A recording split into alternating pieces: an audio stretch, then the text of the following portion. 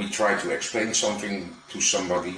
We were talking about the guy that went into the jungle in Brazil. Yes. Came to a little tribe in the middle of the jungle who have never seen an airplane. How do we convey this principle of an airplane to this person who's never ever seen one? We have to use those words that he does know, so he can build an image of what it is. We use, as we said, a silver color, because usually silver is what they have. They have mines, they used it in the olden days and they still use it today. And birds. Birds are objects that are animals that fly, that have the capacity to fly. Now, if I say a bird but made out of silver, then that person can have some sort of idea of what an airplane could be. It's not the same thing yet, but he can have some idea of it. Now, the problem is, of course, when he still doesn't see an airplane, where he still can't make, then a silver bird becomes its own object, more or less. Yeah? He's really going to see an airplane as a bird with wings, like a bird, but have a silvery color. So if we have a real bird in existence that would have a sort of a whitish, silverish color, then he would take that for an airplane. Yeah? When he sees one, then there's a sort of a bridge.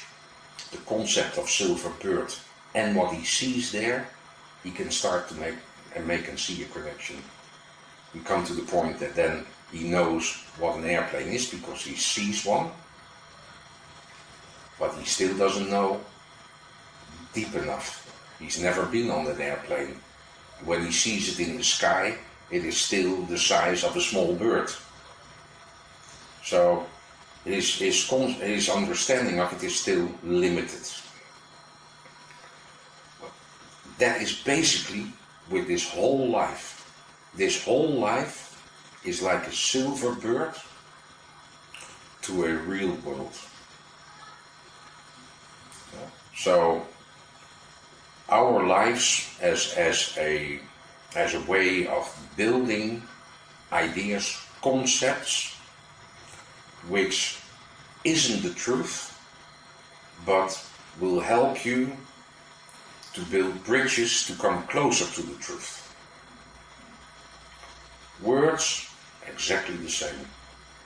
We build up through our experiences enough images and pictures and things to have tools in which we can start understanding this world. We have to go a step further and see that this world is like the silver bird for the other world. Now, for that, to understand that other world, like what the Bible does, the Bible uses vehicles like the ark.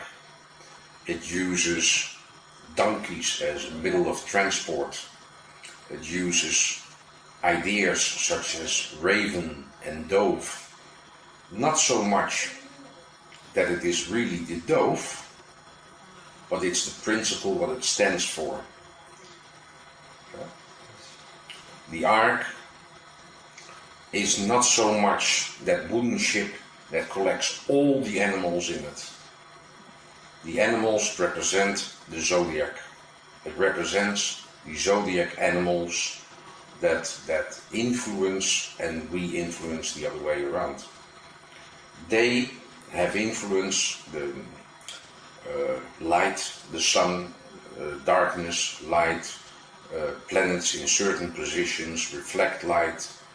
All these parts play a role in what happens here. The influences of the cities of the planets. The cycles, the planets, which each have their own intent, you could say. They are all part within you. It's like an electrical circuit, a motherboard of a computer, for instance. Each bit in it has its own task. Each bit responds differently than the other chip and the other part of the computer. It must be all connected in order to function as a whole. As a whole. Yeah. But each chip within us is influenced by a signal that relates to that certain chip.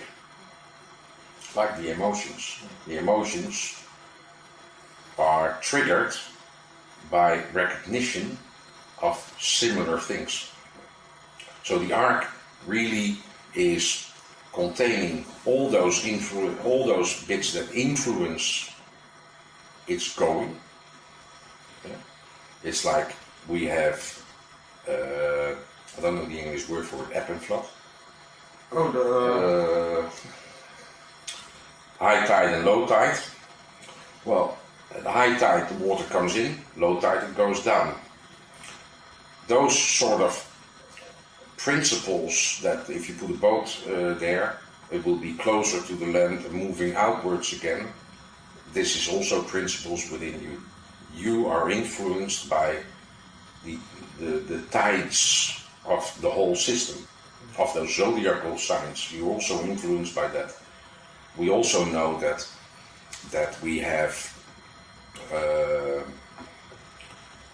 basics. You know, when I say he's a Capricorn, then in a general way we could sort of say then the tendencies of that person are a bit like this or a bit like this.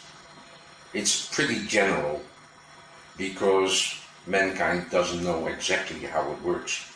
If it knows all the ins and outs, it knows exactly what influence, so he could pinpoint it to a very correct science. But it is not considered a science because there is too many questionable things in it still to mankind's knowledge. That's not completely true in the sense that there is a very exact structural principle at work which has a very, very pinpointed effect.